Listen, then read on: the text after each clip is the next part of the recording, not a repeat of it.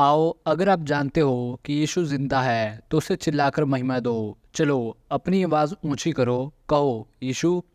इस सुबह हम आपका आदर करते हैं क्योंकि परमेश्वर तू ही केवल आदर और महिमा के योग्य है। परमेश्वर, आज मैं प्रार्थना करता हूँ कि आज आप हमसे बात करेंगे और हमें छुएंगे, हमारी ज़िंदगी बदल दें यीशु मसीह के नाम में। और सभी कहें आमीन। बैठने से पहले किसी की ओर मुड़कर उन्हें यह बताएं कि तुम सही जगह पर हो। परमेश्वर की महिमा हो। आप बैठ सकते हैं। एक बार फिर आपके साथ बेटे की चर्च में आना खुशी की बात है। पूरी दुनिया में मेरी पसंदीदा चर्च में से एक, पास्टर एलेक्स एंड जूडी, बहुत अद्भुत पास्टर। अगर आप पास्टर एलेक्स और जूडी से प्यार करते हैं तो उन्हें इस सुबह बताएं आमीन। बाइबल कहती है, जिसका सम्मान करना है उसे सम्मान दो। पास्टर एलेक्स और जूडी वे पिता और माँ हैं। आप जानते हैं, बाइबल कहती है आपके बहुत से गुरु हो सकते हैं पर बहुत पिता नहीं हो सकते। जब परमेश्वर आपको इस तरह के पास्टर की टीम देता है तो आपको इसे गंभीर लेना चाहिए। खजाना है। आमीन। एलेक्स के पास पिता का तरीका है। उसके बारे में आखिरी बार मैं यहाँ बोला था, हम बाहर खाने के लिए गए। उसके बाद मेरी पत्नी कहीं से देख रही है। इस समय वह बच्चे को देख रही है। इस सुबह मुझे नहीं पता कि वह कमरे में है। मैं आपको कहानी बता सकता हूँ। पास्टर एलेक्स, वह मुझसे जांच पड़ताल के प्रश्न पूछते हैं। यह मेरी पत्नी को असुविधाजनक या कहूँ बेचैन बनाते हैं। उन्होंने मेरी पत्नी से कहा, रेबिका ने मुझे बताया कि तुम अपने पति से प्यार करते हो। वह पूरी तरह हैरान थी। उसने कुछ नहीं कहा तो मैंने उससे कहा कि तुम अच्छा सो सकती हो इस सुबह में, तो तैयार हो जाओ। वह कठिन समय से गुजर रही है पर कोई बात नहीं, मुझे पता है कि वह इससे बाहर निकल जाएगी। कितने लोगों ने इस वीडियो का आनंद लिया? क्या वह अद्भुत नहीं थी? आप जानते हैं कि मैं उस वीडियो को चलाता, हमारे पास ऐसी बहुत कम अलग अलग वीडियो हैं क्योंकि आपको पता है मैं गवर्नमेंट को प्रमोट नहीं कर रहा या मैं बड़ा परिचय दे रहा हूँ। मैं उत्साहित हूँ जो परमेश्वर कर रहा है, पर मैं देखना चाहता हूँ क्योंकि आप जानते हैं कि मैं आपको यह बता सकता हूँ, मैं आपको बयान कर सकता हूँ कि आप क्या देख रहे हैं पृथ्वी के देशों में। पर आप जब तक नहीं समझ सकते, जब तक आप उसे देखेंगे नहीं, उसका स्वाद नहीं ले लेंगे। मैं आपको बताना चाहूँगा, पर थोड़ा सा निराशाजनक है कि वे वीडियो कहानी को नहीं बताती। मुझे याद है कि हमने क्रूसेड किया था ह्यूस्टन टेक्सास में। अखबार में एक लेख चला था कि हम अपनी फ़ोटो के साथ छेड़छाड़ कर रहे हैं। उन्होंने कहा कि हमारी फ़ोटो कंप्यूटर से बनाई गई हैं, यानी कंप्यूटर जनरेटेड हैं, सीजीआई है। तो हमने उस अखबार को अपने असली फ़ोटो भेजी। हमने कहा कि यह फ़ोटो न ही केवल असली है, और हमने कहा कि सच्चाई यह है कि जो भीड़ कैमरे के आगे है वही केवल कहानी का हिस्सा है। हमने उन्हें बहुत फ़ोटो भेजी। कैमरे के आगे जो भीड़ थी वह सिर्फ आधी थी, आधी कैमरे के पीछे थी। कुछ क्रूसेड में तो पुलपिट ऐसा महसूस होता था जैसे नाव इंसानों के समुद्र में तैर रही हो। लोग इतनी दूर थे जितना आंखें देख सकती थी। हम महान कटाई के दिनों में जी रहे हैं। दुनिया के इतिहास में अभी इसी वक्त पहले से ज़्यादा इतिहास के इस पल में, और लोग यीशु में आ रहे हैं। हमें इसका हिस्सा बनना है। क्या यह अद्भुत नहीं? अगर आप इसका हिस्सा नहीं हैं तो मैं कहूँगा कि आप क्या कर रहे हैं? चलो जाग जाओ, आओ इसमें शामिल होते हैं। आप जानते हैं कि मैं कुछ दिनों पहले आया था, सचमुच पिछले हफ्ते, नाइजीरिया से, जहां हमारा क्रूसेड था। क्या आप लोगों के पास उसकी तस्वीरें हैं? क्या आप उसे डाल सकते हैं ताकि हम देख सकें? मैं आपको समझाना चाहता हूँ कि यह इतिहास का सच नहीं है, यह तस्वीर थोड़ी काली है, पर क्या आप इसे देख सकते हैं? लाखों की संख्या में लोग इकट्ठा हुए वहां पर प्रचार को सुनने के लिए, न ही किसी बड़े कॉन्सर्ट के लिए। आप जानते हैं कि ब्रिटनी स्पीयर्स वहां परफॉर्म कर रही है या JLO को कुछ, मैं नहीं जानता कि कौन ज़्यादा प्रसिद्ध है आज के दिनों में। मैं इन सब पर ध्यान नहीं देता, पर आप बता सकते हैं कि हमारा पॉप कल्चर कहाँ है? यह हो रहा है अभी। परमेश्वर देशों को बचा रहा है, शहरों को हिला रहा है प्रचार की ताकत के द्वारा। आप जानते हैं कि मैं आपके आगे खड़ा न होता एक बड़ा प्राणी होने के नाते कि आप कभी सुनोगे आपका पास्टर मुझसे ज़्यादा बढ़िया है। और मैं कहता हूँ मेरे पास देने के लिए क्या है, और यही है जो मैं कह सकता हूँ। मैं आपके पास इस संदेश और दर्शन के साथ आ रहा हूँ कि परमेश्वर पूरी दुनिया में क्या कर रहा है। मैं प्रार्थना करता हूँ कि आपके दर्शन को फैलाए इस सुबह। यह आपके छोटे देखने के तरीकों को खोले। जब हम ऐसा करने लगते हैं, जब हम अपने जीवन की दिनचर्या से होकर गुजर रहे होते हैं, जब हम खबरों को पाते हैं NCB, NBC, CBS, Fox, CNN news से, यह सभी शैतानी हैं। यह सभी शैतानी खबरें हैं या कहूँ चैनल हैं। यह केवल बुरी खबरें देते हैं। कितने लोग इस दुनिया में अच्छी खबर को जानते हैं? यीशु मसीह जिंदा है। हमारा परमेश्वर दीवार के पीछे नहीं है। चर्च के महान दिन तो अभी हमारे आगे हैं। हमें इसका हिस्सा होना चाहिए। मैंने सुबह कहा था कि एक छोटी सी कहानी। जब मैं पश्चिमी अफ्रीकी देश में था, आप जानते हैं हमारे भीड़ बहुत बड़ी होती है। जैसा कि आपने वीडियो में देखा, इसमें राजनीतिक लोग हैं जो आना पसंद करते हैं। हमारे क्रूसड में राष्ट्रपति, राजा, बाकी तरह के राजनीतिज्ञ। असल में पिछले हफ्ते मुझे राजा के भवन में प्रचार करने का मौका मिला। सेनानायक उस भवन में थे। क्या अद्भुत नहीं है? यह पिछले हफ्ते हुआ। राजनीतिज्ञों को इन क्रूसड में आना बहुत पसंद है ताकि वे अपना चेहरा दिखा सकें भीड़ को। आप जानते हैं मैं उनके देश में अतिथि था, तो मुझे उन्हें खुश रखना था। तो वे अक्सर खड़े हो जाते हैं, लंबे लंबे भाषण देते हैं। मुझे इसे बताना में नफ़रत होती है, पर मुझे राजनीतिज्ञों के भाषण से बहुत नफ़रत है। राजनीतिज्ञ वे लोग होते हैं जो घंटों घंटों तक बोलते हैं पर बताते कुछ नहीं। वे ना तो किसी को खुश करते हैं, ना ही किसी को नाराज़ करते हैं। बस उनका मुंह हिलता है, आवाज़ आती है। मुझे ज़्यादा याद नहीं है कि किस व्यक्ति ने 20 से 30 मिनट स्वागत भाषण दिया था, पर आखिर में मुझे याद है उसने मुझे माइक पकड़ाने से पहले यह कहा, धन्यवाद इवेंजलिस्ट डैनियल कोलांडा और आपकी टीम इस देश में आने के लिए। मस्जिदों और मंदिरों में प्रार्थना करने वालों के साथ उनकी प्रार्थना ही समस्या का समाधान है हमारे देश में। तब उन्होंने मुझे माइक पकड़ा दिया। मैं जानता हूँ बहुत लोग मुझे नहीं जानते, पर आप जल्दी ही जान जाओगे। क्या बड़ा कदम था। मैं राजनीतिज्ञ नहीं हूँ। जब परमेश्वर ने मुझे बनाया तो वह मुझे दिमाग का यह हिस्सा देना भूल गया। यह अनुचित सामाजिक व्यवहार है। जब खड़ा हुआ तो मुझे महसूस हुआ, एक पल था, यह पहली बार है कि लोग मुझे इस शहर में सुनने जा रहे हैं। पांडा में राष्ट्रपति ने अभी कहा कि मैं अपनी प्रार्थनाओं को मस्जिदों की तरह ही मंदिरों में भी उसी स्तर पर रखने आया हूँ। हर चीज़ जो प्रचार होने वाली है और दी जाने वाली है इस हफ्ते, वह आधार पर स्थापित है। मैं इसे इस तरह खड़ा होने नहीं दे सकता।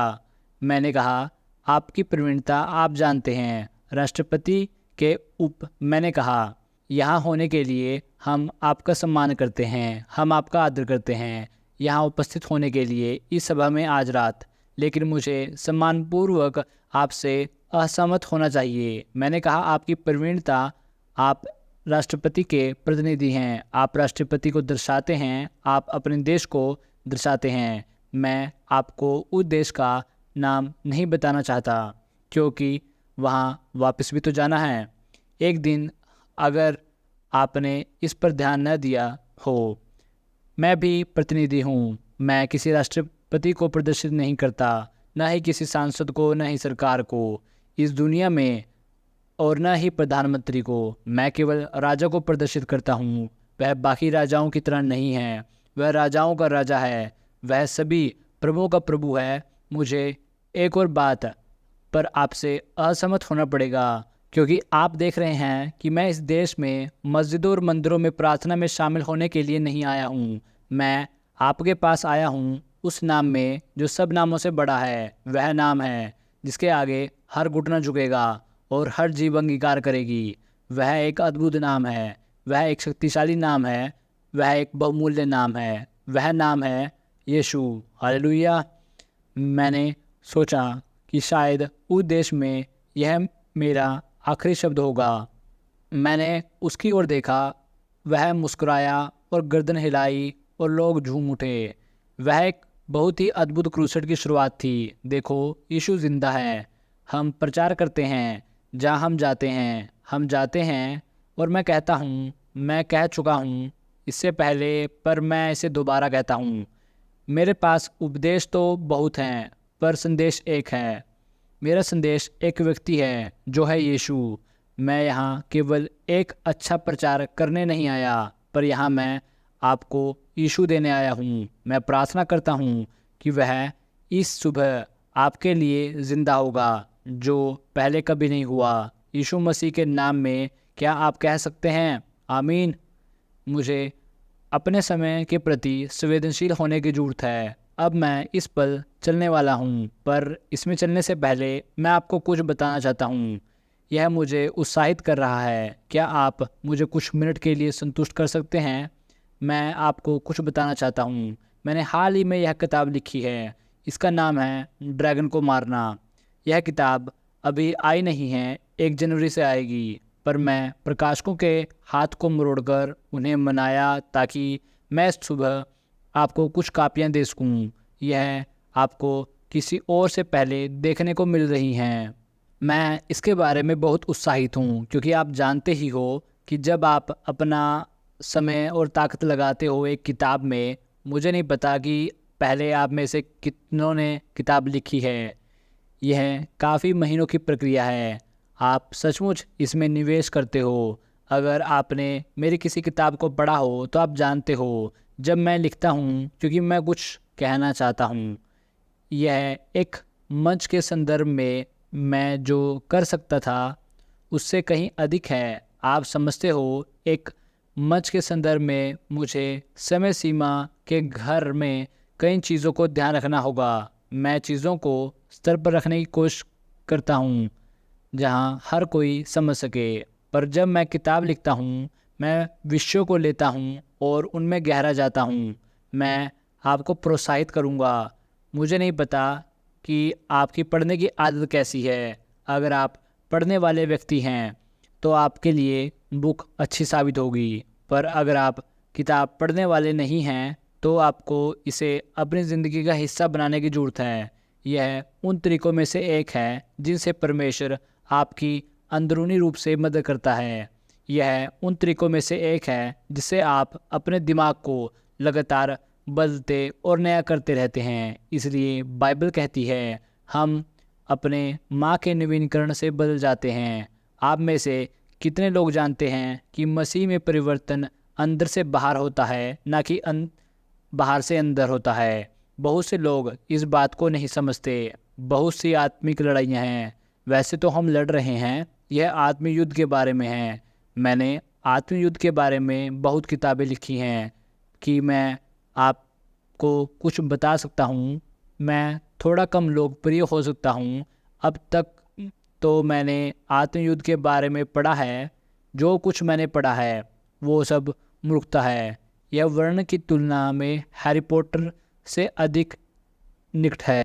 पर हमारे चारों ओर असली आत्मिक दुनिया है कि लोग यह जानते हैं। आत्मिक दुनिया न केवल असली है, मैं यह कहूँगा कि इतनी ज़्यादा असली है जितना हम देखते हैं, क्योंकि आत्मिक दुनिया इस दुनिया से पहले थी और वह दुनिया, आत्मिक दुनिया, इस दुनिया के जाने के बाद भी होगी। अगर आप ये कहें कि डैनियल, मैं इसमें विश्वास नहीं करता, मैं भौतिकवादी हूँ, मैं केवल उन्हीं चीज़ों पर विश्वास करता हूँ जो मैं देख सकता हूँ, इसलिए वह मेरे लिए वजूद नहीं रखते। मैं आपको चुनौती दूंगा कि आप मेरे साथ एक विदेश यात्रा पर आएं। शैतान के असली होने पर आप सचमुच मान जाएंगे, और स्वर्गदूत और अलौकिकता में भी, क्योंकि हम इन चीज़ों के साथ हर समय सामना करते हैं। मैं क्रूसेड में था। मैंने इसे क्रिश्मा नंबर 4 में लिखा है। यह क्रूसेड मोनरोवा या लाइबेरिया में था। एक रात एक औरत सभा में आई जो जादू टोना करने वाली थी। कितने लोग यह जानते हैं कि यह चीज़ असली है? यह हॉलीवुड नहीं है।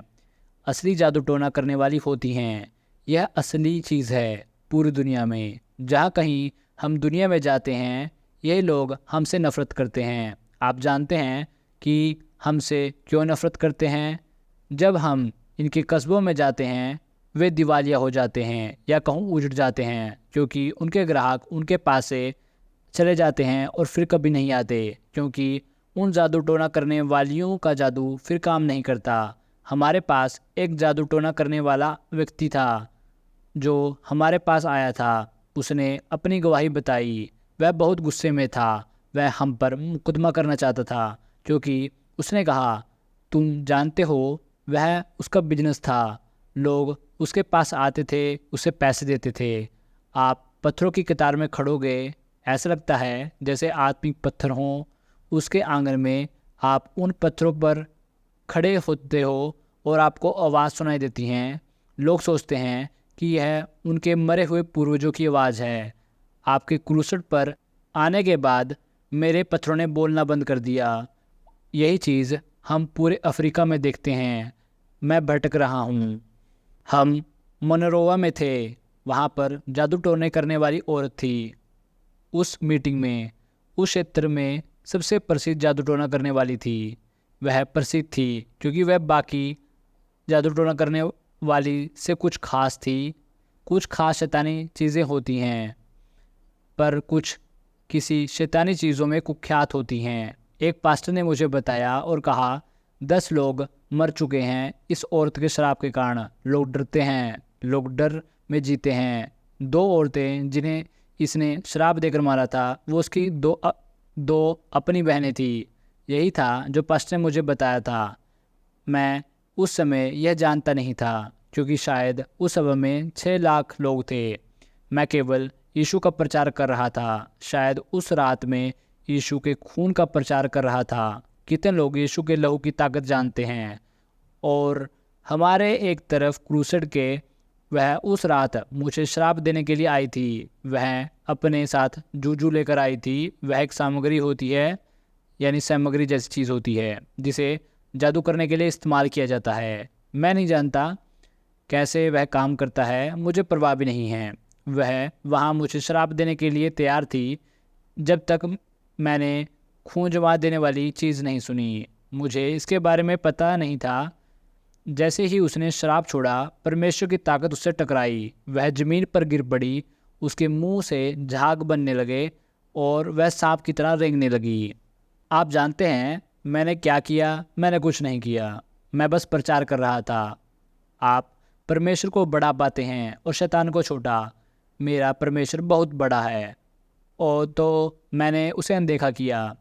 उसे भीड़ में, उस 6 लाख की भीड़ में मैं शैतान को अपना मंच, अपना माइक नहीं दे सकता था। मैं यीशु का प्रचार करने के लिए वहाँ गया था। वहीं के लोकल पास्टर शैतान को उसमें से निकाल सकते थे, तो उन्होंने उसे उठाकर मंच के पीछे रख दिया जहाँ हम शैतान को निकालते हैं। उसे हम सांप का बिल बोलते हैं। उन्होंने उसमें से सारी दुष्ट आत्माएं निकाल दी। उसका दिमाग सही हो गया। उसने यीशु को अपना उद्धार करता ग्रहण किया। वह उसे मेरे पास लेकर आए। इस तरह उसने अपने आप का परिचय दिया। उसने कहा, सर, मैं आज रात आपको इस मीटिंग में मारने आई थी। मैंने कहा, तुझसे मिलकर मुझे अच्छा लगा। उसने कहा, इसकी बजाय मैंने आज रात यीशु को अपना जीवन दे दिया। क्योंकि आज मैंने महसूस किया कि यीशु ज़्यादा ताकतवर है मेरे जादू टोना से। हालेलुया। यही सच है जिसमें हम जीते हैं। मैं जानता हूँ मैं अपने पद से थोड़ा दूर हो गया हूँ, पर मैं इसके बारे में उत्साहित हूँ। पर इस किताब में मैंने इसके बारे में लिखा है कैसे आप शैतान को निकाल सकते हो अगर आपने पहले नहीं किया। सीखने के लिए अच्छी चीज़ है, बस उसे महत्वपूर्ण बात यह है बहुत से लोग बाहरी युद्ध पर ध्यान केंद्रित करते हैं, लेकिन आप में से कितने लोग जानते हैं कि सबसे बड़ी लड़ाई जिनका हम सामना करते हैं वह है जो कानों के बीच में लड़ी जाती है। ऐसे बहुत से मसीह हैं जो दुश्मनों के हथियारों का मुकाबला करने की कोशिश कर रहे हैं, जबकि अंदरूनी रूप से वह उसके प्रति समर्पित हैं। बाइबल कहती है शैतान का विरोध करो, वह तुम्हारे सामने से भाग जाएगा। आप जब तक उसका विरोध नहीं कर सकते जब तक आप उसे समर्पित नहीं करेंगे।